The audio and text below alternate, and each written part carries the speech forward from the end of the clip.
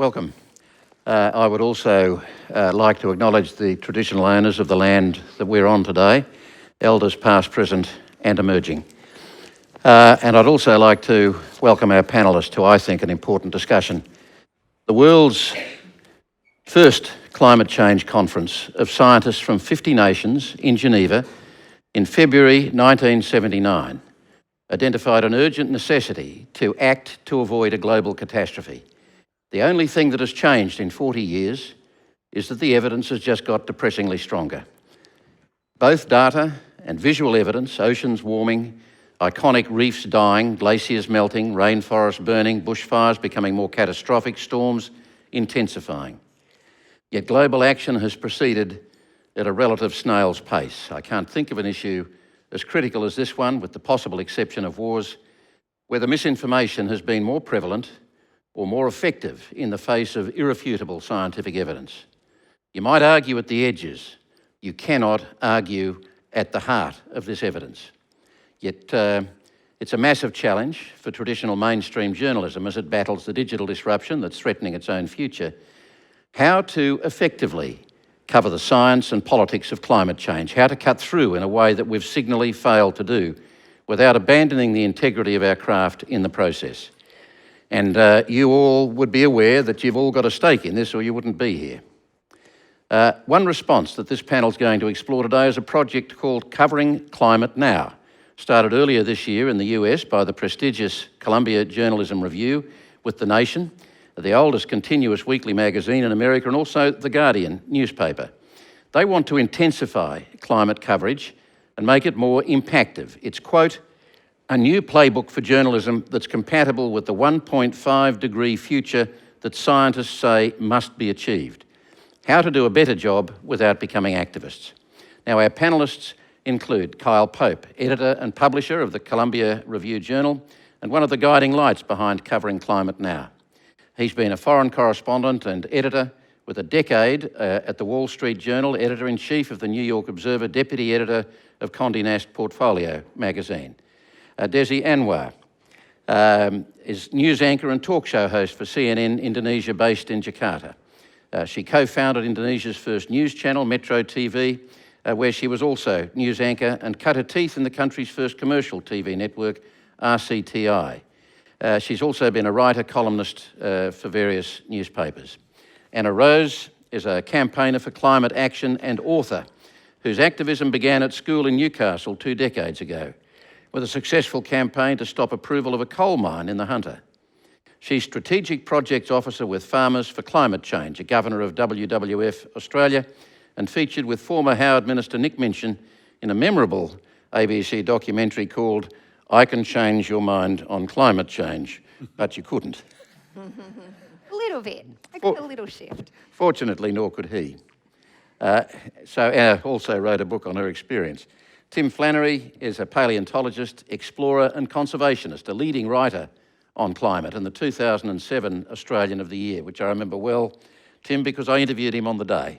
That's right. His books include the award-winning bestseller, The Weathermakers, Here on Earth, and Atmosphere of Hope, and he's chief counsellor on the Climate Council, which has some of Australia's leading climate scientists and disseminates the latest authoritative climate news to the media. What they do with it might be another matter. Tim, I want you to start by giving us just a concise update of where the global science is today. Sure, look, I'll do that, Kerry, but I'd like to just ask, I can't see the audience well, if there are any young people who are or anyone who would find this particularly distressing, I'd like to give you an opportunity just to step out for 3 minutes. There's an enormous amount of climate stress for people who deal with the issue every day, and I just don't want to add to that unnecessarily. So if you feel like you want to go out, please do. Look, the news is unrelentingly bad in terms of climate change, really. Last year, carbon dioxide levels in the atmosphere increased by 1.7%, very large amount. And the concentration of CO2 in the atmosphere went up by 3.5 parts per million. That was the highest ever recorded single annual increment of CO2. And this is happening at the end of the critical decade. This was the decade when scientists warned that we need to take action this decade or we will suffer severe consequences. The sad truth is that we're now committed to a 1.5 degree world. We can't, there just isn't any wriggle room to get out of that. And it's important to understand what committed means. Our situation's a bit like a very, very unhealthy person who's eating 3 hamburgers a day and having 3 glasses of beer and getting no exercise. It might feel great when you eat that hamburger and drink the beer, but what you are doing is committing yourself to an early death, right? Because of a lifestyle which is just unsustainable. And that is the position we are in. So we are now committing ourselves to 1.5 degrees of warming and probably 2 degrees of warming. And can I say, over my lifetime of dealing with this issue, I've been to COP meetings, I've seen the global agreement, I've seen scientific report after scientific report, and none of that has altered our trajectory. None of it. We are headed towards 2 degrees, 3 degrees, 4 degrees by the end of the century, whatever the end point is going to be. We can't say, but that is the reality that we face. And we can already see the consequences of this. We've seen global hunger increase 3 years running now due to extreme weather events. Our ability to feed ourselves is being compromised by climate change. We've seen major water stress in large cities like Chennai and Cape Town. And these are things that we didn't see before, but we're now seeing as a result of climate change. If you want to look at sea level impacts, just go to your local beach. Keep your eyes open for signs of coastal erosions, or just watch the media. You know, structures that were built by competent engineers to stay safe from rising seas are now collapsing or under threat because of rising sea levels and change conditions. We are on track, Kerry, unfortunately, to live in a 4 degree world by about 2100. And that 4 degree world, I beg you all, go and find a map that shows you what things look like in a 4 degree world. Scientists tell me that there's probably resources in that sort of world for 1 billion people, right? Not the 7 billion we have on the planet at the moment. And there are young people, including my children, who will most likely still be alive in 2100. So that's what we're committing them to. It is just so frustrating. We should be in a full emergency situation. Instead, we have a government that's deliberately putting their foot on the brake in terms of action. And I just have one message for them, really. This is getting very, very personal. And I want them to stop threatening my children. I want real action on this, because without it, over the next few years, the next time I read this, there will be no hope. Okay, so Tim, to move to a point where we can talk constructively about how we, as those with stakes in the game, not just the broader public, but those who actually have a responsibility here, and on this stage, journalists, scientists, activists, we've got to understand the failure, I think. So where do you place, let's put the politicians over here and the vested interests here for now. What part of the responsibility do scientists shoulder for the failure to cut through? Personally, I feel like it's a large part. And we've known for 20 years now how bad the situation is. We've tried one strategy after the other. None of them have got the cut through that we need. And I can think of, I wish I'd been less naive. I wish I'd known 20 years ago what I know now as a scientist, and I think we may have been more effective. What would you have done differently? I think I would have seen those opposing action for what they really are. They are selfish, self-interested people willing to lie and destroy my children's future for their own short-term benefit. Whether it's a minister going from Minister of Resources onto the board of a coal mining company or whatever. But even so, how differently, you're supposed to be, well, I'm not just talking about you, but we look to our scientists to be clinical, truthful, effective, and once they've got the science, to spread it, to communicate it. Yeah. So has it been a failure to communicate? And how much is that at the door of the scientists, and how much, from your experience, has it been a failure of journalism to respond adequately? The key point, Kerry, is that we've been telling the truth as we see it, but the opposition is played by a totally different set of rules. They can lie, they can divert people's attention, whatever, and the media has been treating that as of equivalent value to the scientific message. So 2 sides to the debate, when in fact there isn't. There's one side, and then there's people trying to mislead. And we haven't been able to fight against that. I don't know how you fight against that. But what I do know is that we need journalists to understand that this is not two sides to a debate. Desi Anwar, you actually report from a city that's sinking under your feet. So can you give us a thumbnail sketch of what impact climate change is having on Indonesia and how effective the media has been in reporting on it? Well, actually, we don't have in Indonesia, we don't have the luxury of debating the science of it because we don't have to wait for the 21st century for us to start feeling the impact. As you mentioned, when I'm invited here to Sydney, I'm really quite happy to be here just to get away from the air pollution in Jakarta. I mean, Jakarta is one of the most polluted cities in Southeast Asia. And you're quite rightly said, a couple of days ago, actually a few days ago, the government says that we will be moving the capital from Jakarta to West Kalimantan, East Kalimantan. And I'm... Just explain what that might involve.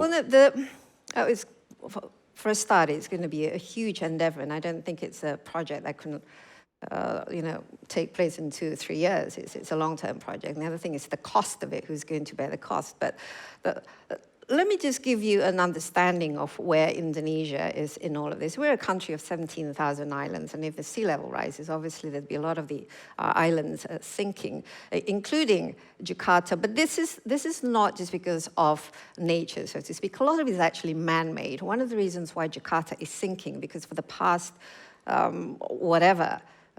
decades, there is no piped water system. So everybody, every time there's a building going up, people are just taking water from the ground, so hence it causes subsidence in the land. And the other thing is, we have mangrove forests, for example, that should be protecting the coastlines. And, people are chopping down trees because of basically overcrowding, habitation, and so on and so forth. And Indonesia, even though we have the lungs of the world in Kalimantan, in Borneo, we're actually one of the greatest emitters of CO2 and greenhouse gases. And so we have, all these things where human activities are actually contributing to a large part of what's going on. An annual forest fires, it's because of peatland burning, because of deforestation, because of land conversion, because of land clearing, substituting forest areas for palm oil, and for example. And the other thing is actually human behavior. And we in West Java, we have a river. I mean, if you Google it, it's called Citarum, and it's called the plastic river, and it's supposed to be one of the most toxic and polluted rivers in the world. So these things such as, clean water, clean air. If I'm in Jakarta, I go around with an wearable air purifier, because it's just so polluted that the AQI is not, it's not even red, it's purple. And what we're doing is actually we're killing ourselves. There's more respiratory disorders because of living in polluted areas. And my concern, and I think it is time to move the capital, but whether this would solve the issue of saving the environment is I'm not so sure, because in Kalimantan there's protected areas, there are forests, and also there's a lot of coal mining there. So how would that impact? So I think the question is not what journalists are doing and so on and so forth. A lot of the topics that I personally show on my programs is environmentally related, because these have become our headlines. Every year, headlines about forest fires burning, and that becomes the regular thing. Every year, every time there's a rainy season, we get flooded. And when how many of these things relate to climate change? And in your reporting, are you identifying it as such? Is there an awareness of climate change with all of these things happening around you? Or are lives so kind of focused on just struggling to survive? Kerry, the thing about climate change, what it does is it produces extreme weather patterns, extreme weather systems.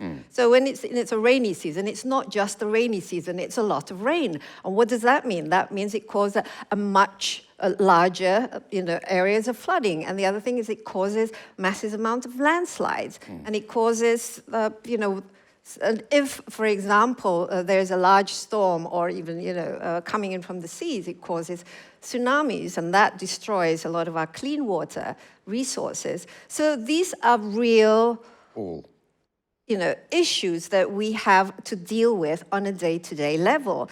And on the other hand, Indonesia is one of the biggest producers of plastic waste. We are polluting our seas, we're polluting our rivers, and But you don't mind us sending ours up to you as well? Absolutely, and this is a real issue as well.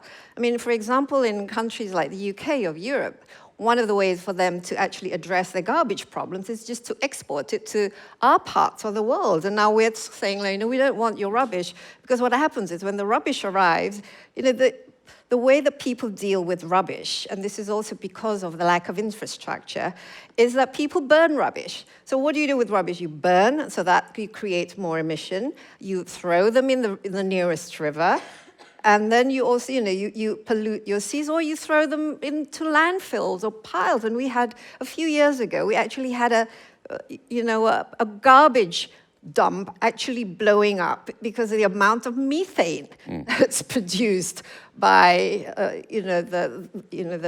just the organic matter. So this is not sort of an intellectual or existential debate or an intergenerational thing between the millennials worried about their future and the baby boomers thinking like, oh, we don't want to keep our standard of living. No, we are actually dealing with it now, and I think this is something that everybody needs to address. So how effective is the Indonesian media at both reporting but penetrating behind the what to the why, and how responsive is government on climate change, and how effective or ineffective are the vested interests that we all know?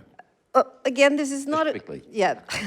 That was only no, because when it comes to dealing with climate change, Indonesia, and if you remember 2007, the Bali roadmap that eventually led to 2015 COP21, it all started in Bali. Indonesia is the most sort of gung-ho. We actually have very ambitious targets. We want to reduce our emission, if business as usual, by 2030 by 29%. Which is very, very big. We want to have our energy mix of 23% renewables by 2025. And we also want to, introduce a lot of clean energy. So it's not about political will. It's not about government awareness. They set themselves these targets. But are they meeting them? No, because the question is, nobody really knows how to do it. And when they want to do it, nobody really knows how best to enforce it. But I don't think it's just the government's fault. It's everybody's fault.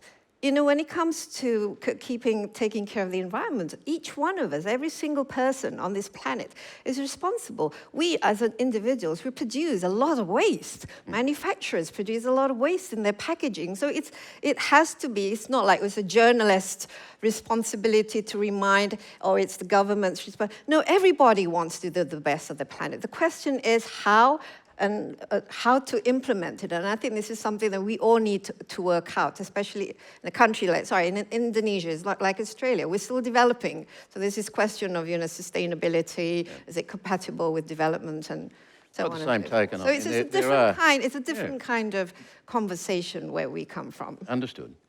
Anna, you've pinned your hopes as an activist, or you certainly did early on the belief that change can happen from the bottom up. How has that gone?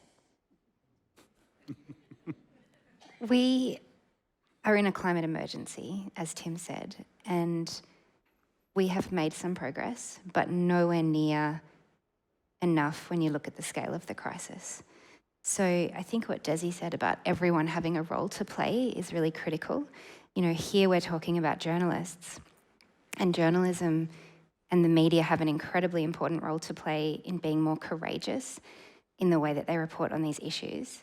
But it's not just about journalists, especially these days where anyone can write a blog post or do an Instagram post and actually reach their own friends and family. And we know this from research done by the CSIRO in Australia, in that the most trusted communicators on climate change are climate scientists, but the second most trusted, not journalists, people's friends and family. And so we all have a role. You mean you'd trust family before you'd trust a journalist? Well, other than you, Kerry. I don't understand. Go on.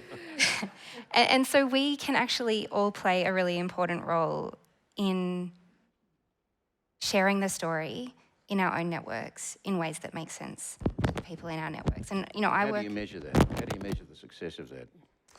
Well, we measure it in attitudes to climate change, and we measure it in, we know most Australians support action on climate change, but politicians don't really care about that. They care about how many people are willing to vote and to change their vote over climate, which means, is it a top 3 issue?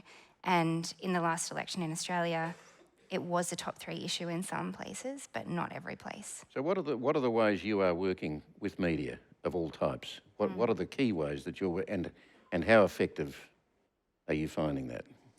Well, I work with a number of different climate change organisations. The biggest one at the moment that I'm supporting is a group called Farmers for Climate Action.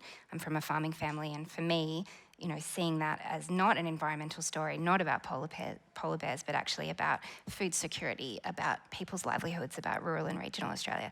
So the farmers in our network, we spend a lot of time connecting them with journalists, particularly rural and regional journalists, so that they can put their own voices out there in a way that makes sense to those rural communities, and that's been really effective. We have seen a huge jump in the type of coverage and the amount of coverage in rural and regional Australia since we started doing this work.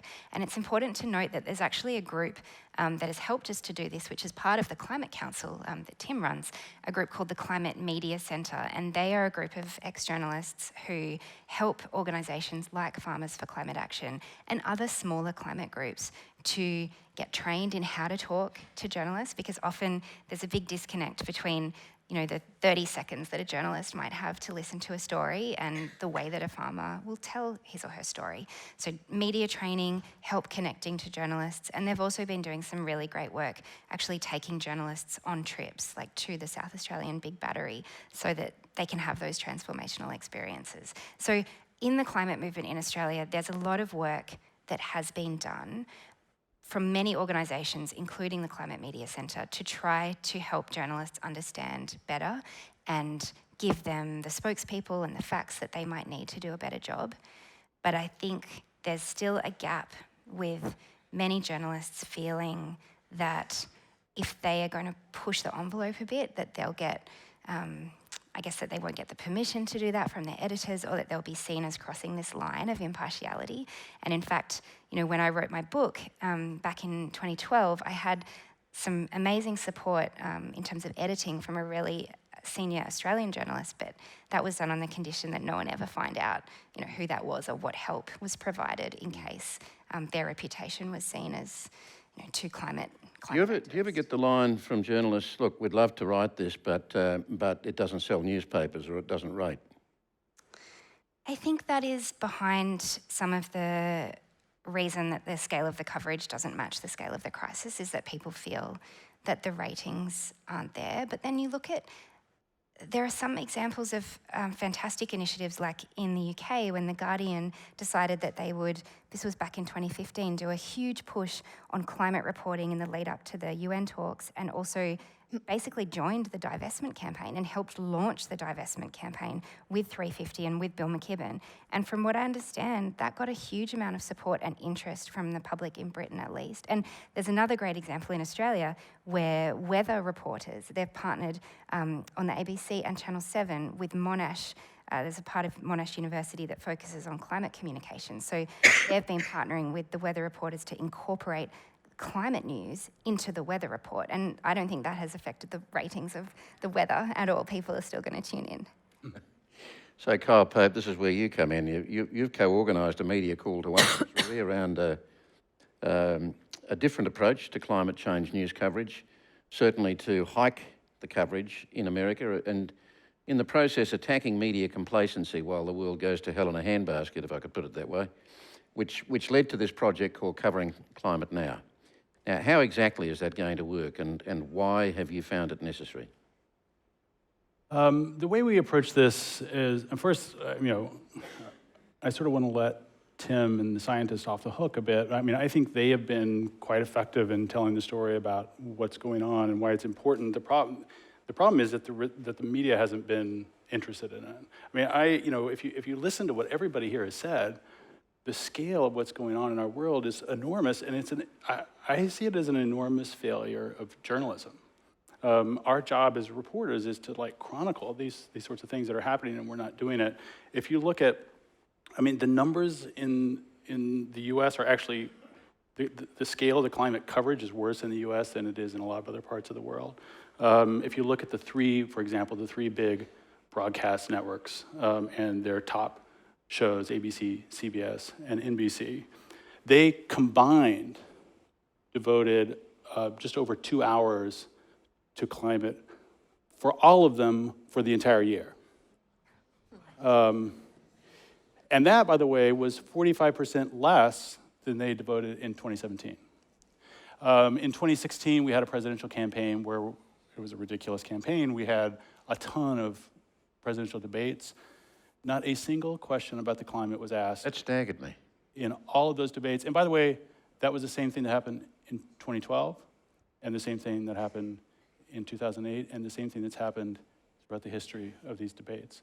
It's changing now, but this is the problem that we're dealing with. When the IPCC report came out in May, about half of the newspapers in America did not mention it, did not mention this thing, that talked about the fact that we have a dozen years to change our economy entirely or face this peril that Tim outlined. So we view this as, we're failing at our jobs as storytellers. So what we've tried to do is, we've thought a lot about all of the issues that everybody's talked about why journalism hasn't responded. It's an unusual place for us to be. I run the Columbia Journalism Review, which is a newsroom that does both, it's primarily a watchdog of journalism, but this is the first time we've ever sort of set out to kind of organize the US press and the world press around the coverage of a single topic. And what we've told people is like, we're not gonna tell you what to write. We don't know what's going on in your community. You know that better. Just commit to doing more. Just try. Just try for a week. So we've targeted this week of September 16th, which is the week before the UN Climate Summit in New York. And we've said, just do more, figure out what that looks like, and then we'll come to you afterwards and talk to you about what you learned. Do you need more access to scientists? Do you need story ideas? Do you need to rethink how your newsroom is structured? I'm thrilled that we have now about 170 news organizations have signed on for this thing, from CBS News, Bloomberg, Vox, Huffington Post, The Guardian, the Asahi Shimbun. News outlets from around the world have signed on. It may end up being the biggest effort ever to sort of organize the press around a topic like this. So we're optimistic that I do think that there's change in the air. I mean, I mentioned what happened in the last presidential campaign. This cycle, CNN has already committed to a debate just about climate, which is something, I mean, it obviously completely changes the game. But is it still, I mean, it seems to me, I certainly accept your overview broadly, but if we just look at Australia for a moment, there have been times, I mean, the ABC, the public broadcaster, has been accused over years for being obsessed with climate change. And some of that has dropped off. It's had an effect. It's dropped off somewhat with newspapers as well, but there have been times when we have had, if not saturation coverage on climate change in intense moments, we've had strong coverage. And I do think that there is a very real concern amongst journalists about how to tell the story in a fresh way that they feel people maybe have stopped listening, or they've turned off, or they feel they know the science, even though waters get muddied and so on. I mean, do you acknowledge that that's a genuine part of the problem? Not in the US, it's not. No. We have not had that problem with saturation coverage. It just happens to be the case. What we're trying to do is to get people to not silo the climate coverage, because I think that's what turns people off. If you send up a flag saying, okay, get ready, we're gonna have a climate change story, that puts them in a different mindset than if you just said, right now, even as we speak, there's a Category 4 hurricane headed to Florida, and it's predicted to be among the most deadly hurricane seasons again. That's a climate crisis story, and that's obvious. But then you get down to really interesting stories like, in Texas, where I happen to grow up. I was talking to one of our partners. the high school football team in Texas can't practice in full pads in August anymore because it's too hot. That's a climate change story. Tell it that way. And Anna was talking about farmers. I mean, they are seeing every day what's happening to them, and to sort of connect those stories to climate, I think, is where the journalistic job is. And by the way, just one other thing: this notion that people don't read these stories, and that is a turnoff for news organizations. One, I take issue with the notion that our job should be dictated on what people should read. Otherwise, we would just be writing about the Kardashians all the time, right?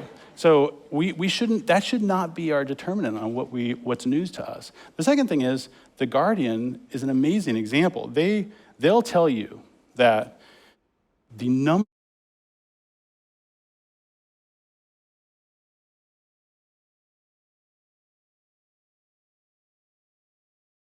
revenue driver for subscriptions for The Guardian of any other category. Allow me to keep playing devil's advocate. Isn't The Guardian simply providing those stories to people who almost totally would already be believers on the need for drastic action on climate change? Definitely. I mean, it definitely fits into their brand. How do you get to the rest? Well, I mean, that's why I'm really excited that, that Bloomberg, a business news service, is signed on to this. That CBS News is signed off. I think the changes happening in the world are just so undeniable. And, you talk about trust in the media. One of the things that feeds mistrust is when people see this gap between what is happening in their life and what is appearing on their television. Like, this is happening to me. Why am I not reading this? Why am I not watching it? That feeds mistrust. Yep. Tim? Could I just say here, look, I think the news is one thing, but policy is what is key. We know what works in this country.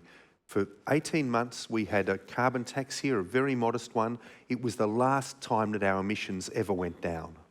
As soon as we removed that carbon tax, they just started rising again, right? So what we need, I think, is not just news about climate change. We need sensible discussions around the policies that actually work. And the media has a big role to play there. Just, the kind of lies that were told around the carbon tax here was that, a leg of lamb, it cost you $100 for a roast leg of lamb. I mean, crazy stuff like that. I don't know how that was ever treated credibly by anyone, but it was treated credibly by our media. Tim, so with the Climate Council, you act as you endeavour to assist with stories, promote new science stories. How responsive are you finding the media on that, and how effective is it? Well, we actually run study tours, so we take journalists and they can take them to somewhere where things are happening in an interesting way. We had one story come out this year, which I think was fabulously impactful. It was a story about coal in Germany and how the German government is retiring the coal industry without a single job loss in that whole sector. And that was front page news in The Guardian, admittedly, but was widely read because that's the ambition we need to have. We need to bring the whole community along with us. We need those structural adjustment packages and commitment to people's welfare in those old industries that are changing. Yeah, we can do it. It died in the bum as a story here, didn't it? Well, I don't know. It got front page coverage in The Australian. I didn't see what happened after that. It must have felt that was a bit of a breakthrough. It should have been front page on the Charters Towers Bugle and wherever else in North Queensland that, where this is an issue. It was shared a lot by people who are actually working in the area of transitioning Australia's coal centres, like the Latrobe Valley and the Hunter Valley.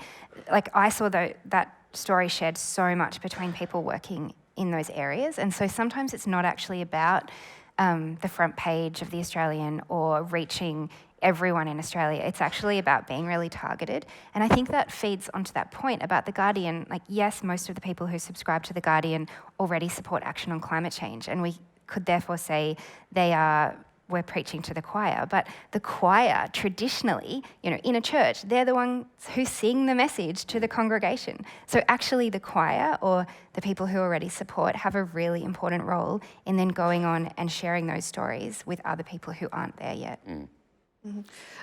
Kerry, I think a large part of the role that we journalists, and I cover it a lot on these issues, but I think it's a mistake to say, this is economic issues, this is social issues, and there's a climate issues. I mean, the whole this permeates everything that we do. For example, every time there's a drought, you know, the crops fail and the farmers are impacted, and then it becomes a policy whether to import, for example, food from other countries. I mean, this becomes an economic issue, for example, and if there is scarcity in resources, then it becomes potential for conflicts, like in climate refugees, for example, and this is already happening. Now, the things that we do as a journalist is actually, okay, look, the government says, you know, they're mainstreaming this green economy into the policies, and, you know, they're very much supporting of the Sustainable Development Goals and so on and so forth, but we have to keep questioning the how and how effective these policies are, and I think I completely agree with you, Tim, because, for example,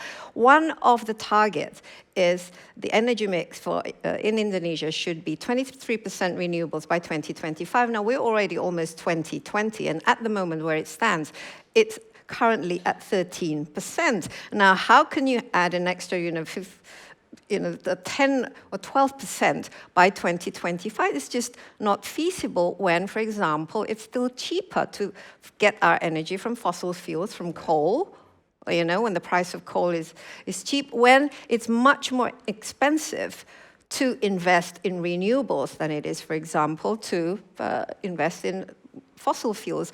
And the other thing is, of course, the economy. You know, we are now becoming a net importer of oil, but one thing that Indonesia, what we're doing is actually increasing our palm oil production, and because of the ban or the moratorium or whatever in Europe, for example, now the government is thinking, well, what can we do with all this oil? Then this is biofuel, and I'm kind of questioning, well, biofuel means that, you know, if you have 20% in the diesel coming from palm oil, or then 30%, 40%, 50%, is this a good way of mitigating? Is this a good way of dealing with, these issues? Because monoculture is obviously very detrimental to the environment, plus clearing up a lot of lands in order to grow palm oil. That's another, possible, potential climate problems. That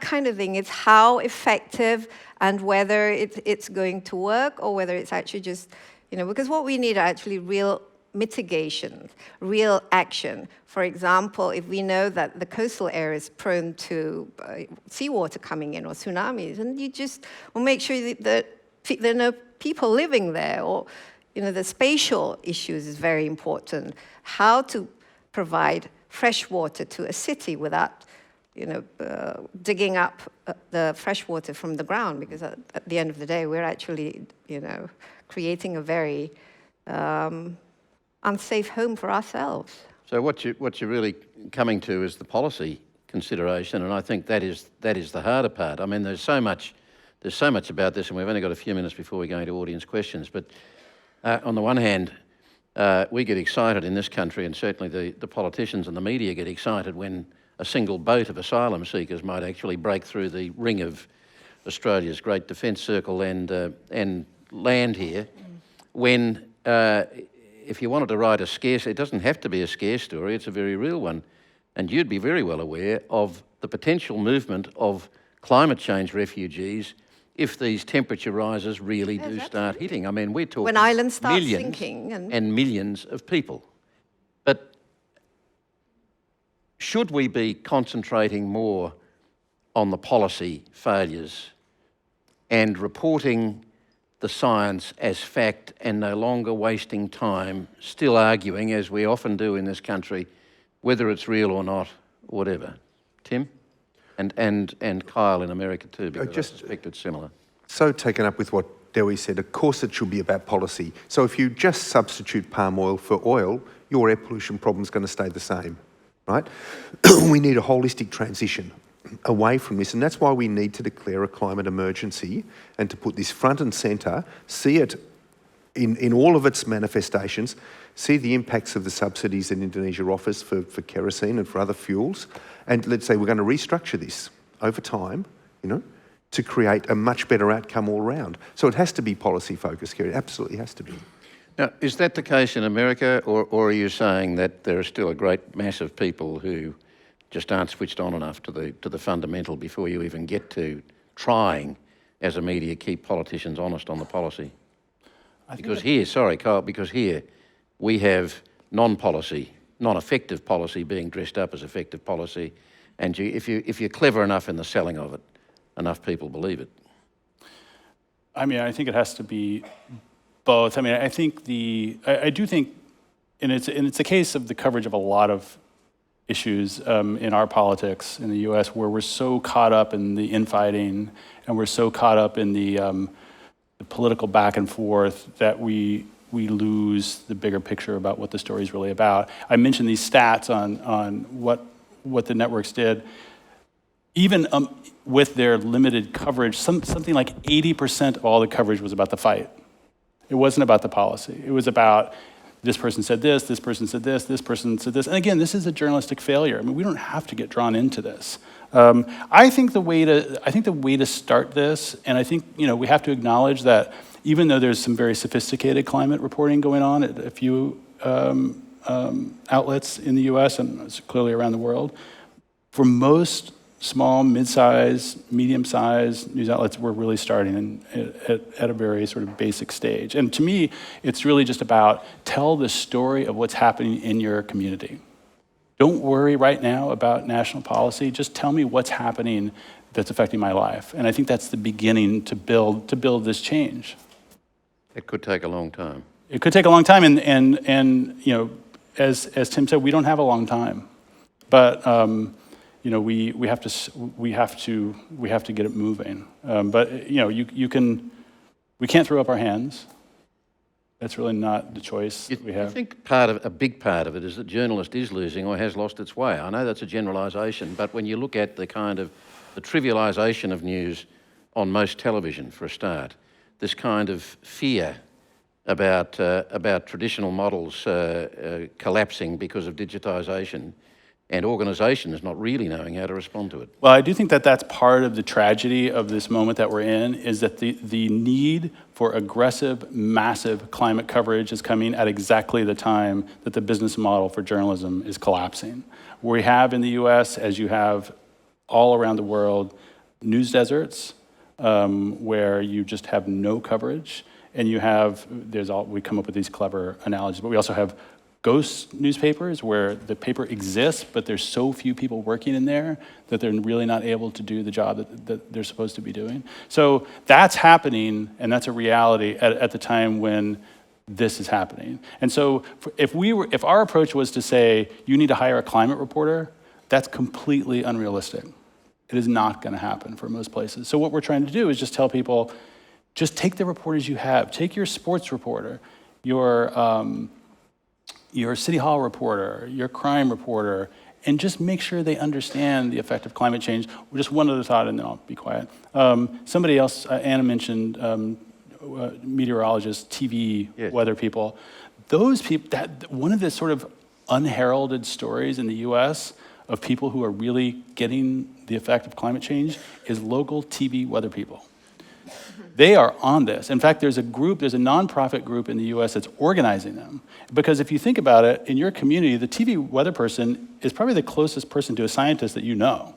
And they have amazing... In a few cases, I know, God help us. They have some of it's illusory. They have amazing, they have credibility in their community. So to get them on board to talk, to make the link between what's happening in the weather and climate is a huge thing. Anna, just briefly from you before we go to questions, and I'll mention this now so you've got a chance to make your way over. Near the exit sign, there's one microphone at the foot of the stairs. They're both on this side, sorry, and the other one is above, pretty much immediately above, just on the other side of the railing on that side. Anna. I think media as an organisation has the opportunity to tell a story both through their own reporters, their sports reporter, their business reporter, but also through giving a platform to effective communicators and to campaigners on the issue and to scientists. And a few months ago, the ABC did a Q&A special about science, in general, climate change was one of the things that was covered, and we might think that we don't need to keep retelling the science because most Australians now accept it. But I was really interested to read that there was a South Australian politician in his 80s, John Dalli, who watched that Q&A science special. He had been a climate skeptic all his life, and after watching it, changed his mind and did an incredible speech in the South Australian Parliament about how seeing these scientists really changed him. And so we might think we're saying it for the millionth time, but for some people it will always be the first.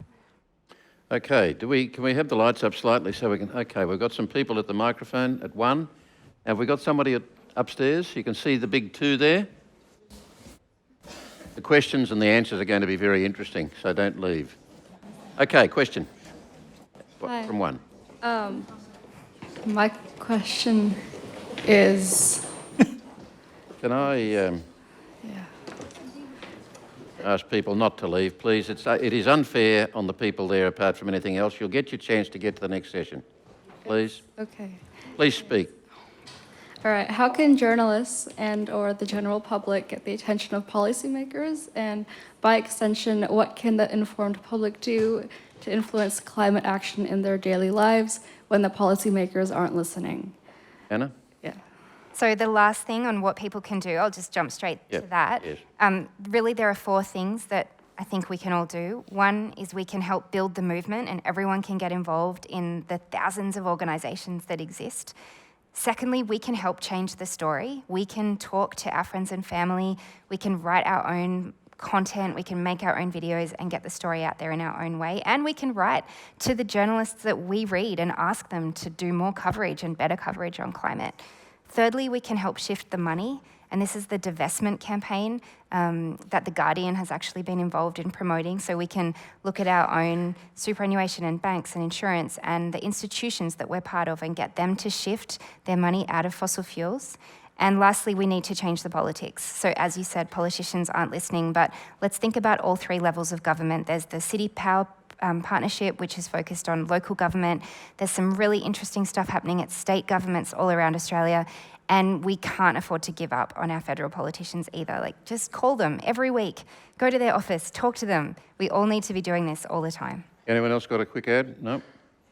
Just very quickly, I think particularly in Indonesia, there's only so much that the government can do. I mean, they have all these other priorities, and there's so much budget that could, they can focus on these things. But I think what the journalists, and particularly the media, can do, we can actually disseminate a lot of information and do stories where people, ordinary people, young people, a lot of them have their own initiatives on, cleaning their environment, for example, or setting up waste banks, and also, basically fighting to get single-use plastic bags off supermarkets and so on and so forth. So we do a lot of stories on those, and that sort of generates its own sort of excitement, and it makes people much more aware about the importance of keeping their environment clean and keeping track of the carbon footprints, because at the end of the day, it's all about our behavior, each and every one of us. So it's not just about, policies. Actually, 40% of what's happening, what we do out there, it's because of our own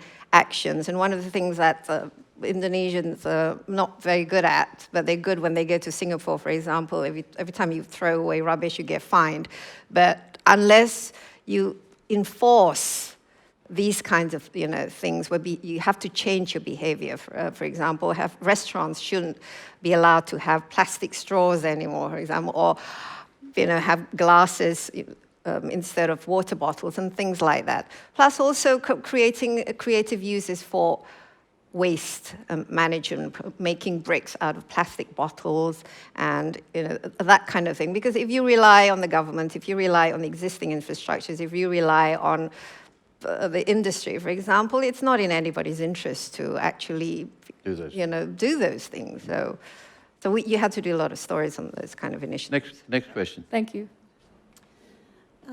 I just wanted to reiterate what you've just said. I was amazed at the number of people who walked into this who were obviously worried about the climate, that had takeaway coffee cups.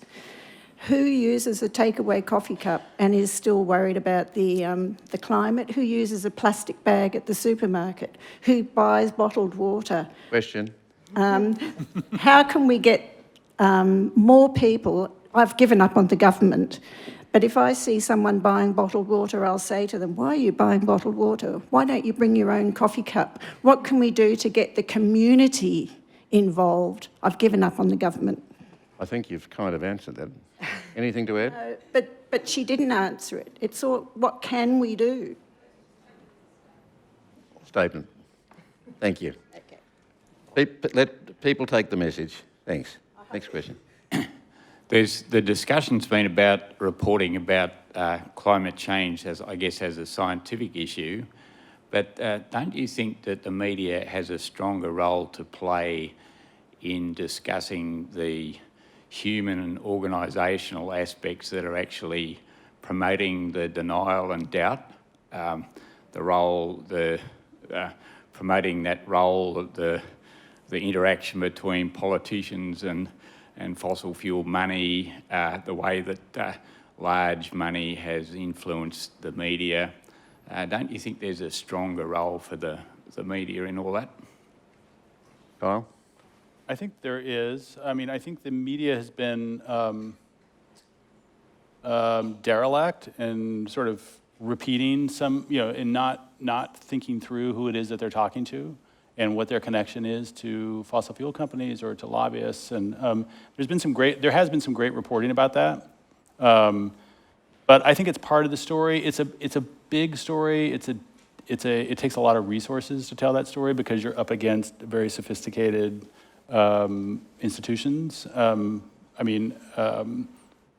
Inside Climate News and others have done amazing work on this. But isn't this also a part of the problem that we talked about just a few moments ago, which with the collapsing traditional commercial models, that fewer people in newsrooms, less experience in newsrooms, many more circumstances in newsrooms where material is coming in without the time and the resources to properly check before it's processed through. So those kinds of vested interests, to some degree at least, are getting away with putting out press releases, circulating information which isn't properly checked. And Tim can also speak to this, but I think that, let's just begin with the premise that the scientific community is in complete consensus.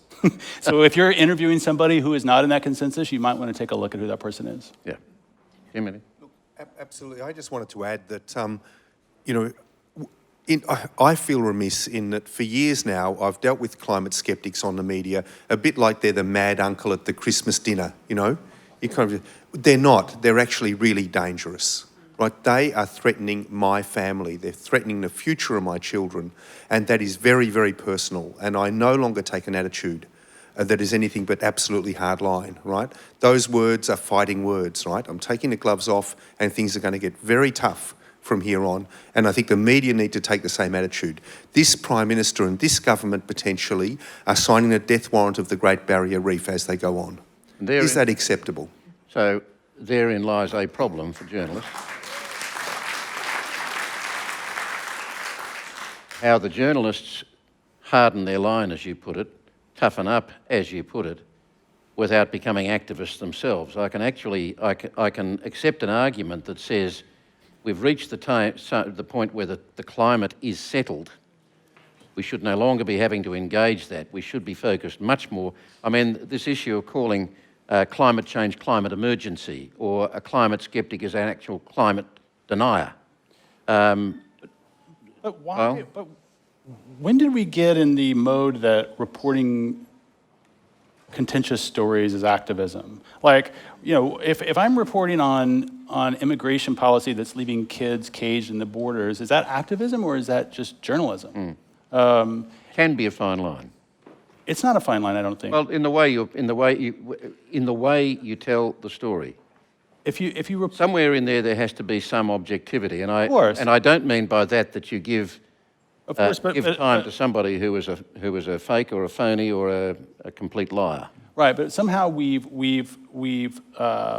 isolated this climate story as being particularly fraught, as being particularly fuzzy for journalists. That where this line between activism and reporting is particularly sort of difficult. But we deal with this every day, and every story that we do, we stay on the reporting side of the line. We can do it in this case too. I just think. So as long as it's based in fact, of course, go for it. But Kerry, can I? journalists as activists, I mean, if anything, I think when it comes to climate issues, because it's all our issues, it's not, you know, we only have one planet and we all live in it. This is not about activism, because, you know, journalists should be very Active. No, they should be very passionate at dealing about this, because it relates to all our lives. I mean, a lot of the stuff that we put at headlines is, you know, disaster-based news, for example, and the images that come out there of seahorse with a plastic Q-tip, for example, or a beached whale whose stomach is full of plastic, or turtle because dying of plastic. I mean, of course you have to be an activist. I mean, you can't say, oh, you have to be objective, cover both sides. Both sides of what? We are ruining our nature. We have to speak for the environment. We have to speak for nature. Obviously, you know, the things that we're doing is not working. So what we should be doing in journalism is actually educating, even, you know, the government. The thing is with government, they're all short-term thinkers, because every 5 years there's another election, there's another person there. So, you know, we don't really want to rely too much on them. But it's each and every one of us. And there's so much story, I mean, so many stories out there with really distressing images, you know, like mountains of garbage, or landslides, or forests burning. This is constant. I mean, you have it now with the Amazon burning, for example. Then if you have a failure of, if you have a failure of policy on top of that, and you have people, there is the syndrome of people paralysed by fear. I know that gets used by some as another factor to dampen the debate. But there is an element, isn't there, of people switching off because it's all too hard. That's part of the reason that people are so cynical of politicians. Well, it's not just the politicians, it's the business people as well. For example, you know, they should be, a green economy should be part of the business communities. For example, how to produce, I don't know, bottled water with as few, you know, using natural resources as possible, for example, and that kind of thing. I think how to create packages that are recyclable, as opposed to, you know, packages that, you know, you throw away and then you don't care where they end up, because everything is all connected. I want to try and get another couple of questions in, if we can now keep it tight, and I'll shut up. Yeah, my question was actually directly related to what you were saying. We know that when we're bombarded with negative news all the time, it does actually shut down our limbic system, which is where we solve problems and are creative. So what role does the media play in offering solutions and hope, and are there any great examples you've seen out there? Anyone? Yeah, I think it's critical that there should be as many stories as possible about solutions, not just technological solutions, but also the people who are leading the way in these solutions, whether it be community, local council, business. And in terms of the examples, I actually think that the Cities Power Partnership is a really good example of where local councils are doing things, partnering with the Climate Media Centre and getting some amazing solutions, focused, very positive stories throughout the Australian media, not at the level of the front page of the Australian or, you know, the 7:30 report, but in the news that many people read every day. And we have to tell the stories of the solutions, because if we don't, people will think that it is too late and we can't solve it, and this is the worst time to be giving up. Kerry, somebody else brought this issue up, but I do think that there's a generational difference in how people view these stories. I think that younger people especially view them as a source of energy, and as they get angry and they get energized and they get focused, and not so much just turn it off. In fact, you know, I think some of the members of our partnership at the project that we're doing view increased climate coverage as a way to improve the demographics of their audience, because they know that young people especially are reading these stories. So I think there's a different viewing of it depending on your age. I'm going to take the question from the top, and then we'll have to can it, and I'll allow one answer from the panel because we're over time.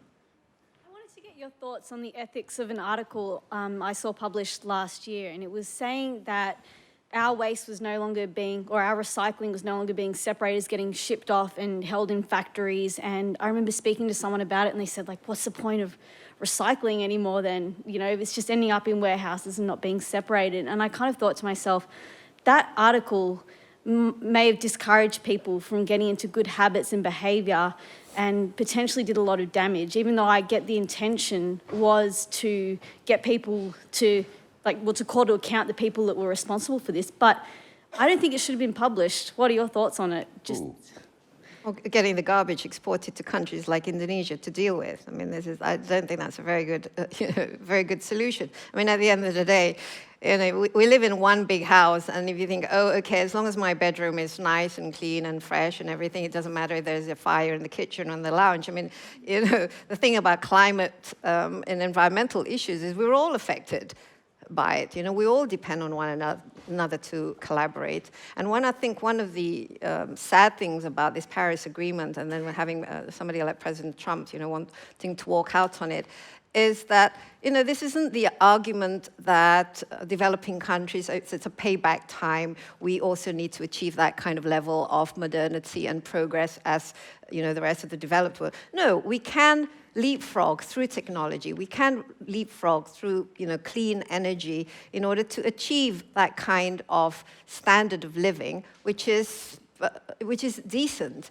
and without help from developed countries, without commitment. It's very, very difficult for countries like Indonesia to be able to achieve. For example, with business as usual, Indonesia's promise that we can reduce emission by 29% by 2030. But with international aid, we could actually, so the government says, reduce it by 41%, which is a substantial amount. But this is what's lacking. This is, it's as if we are living on completely different planets. Whereas actually, if you look at now the Greenland's, melting and the Arctic's melting and Iceland's lost its glacier, this is a global thing. And I think there has to be a sense of urgency on every level of society. Tim is going to give us a 30-second closer. Sure. Look, I think the article should have been published. It should have caused outrage. You've done your bit in terms of recycling. The companies and governments that we've placed our trust in have failed. So we need to reset and do something. I wouldn't just sit back and take it and just say, oh, I'm not going to bother recycling. Yeah. I just saw the immediate backlash. I'm sorry, we're out of time. We are out of time. Thank you very much for staying. Great deal of thanks. Great deal of thanks to the panel.